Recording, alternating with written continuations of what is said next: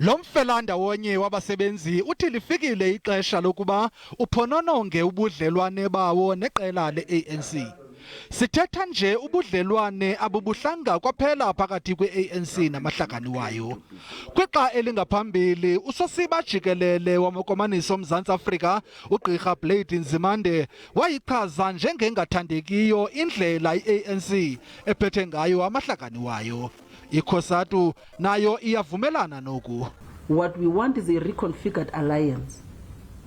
And if those discussions are not bringing fruits, then the COSATU must enter into a discussion about assessment of that relevance of us being in alliance.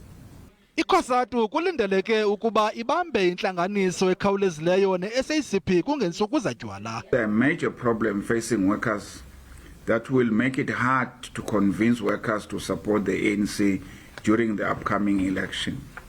Some of these challenges have left many workers feeling like they are being asked to vote against their own interest. Lomfela-ndawonye wabasebenzi uyigxeke kabukhali intetho yohlahlo lwabiwo-mali yomphathiswa wezimali yayizolo. The budget that was tabled yesterday was a huge disappointment and another missed opportunity.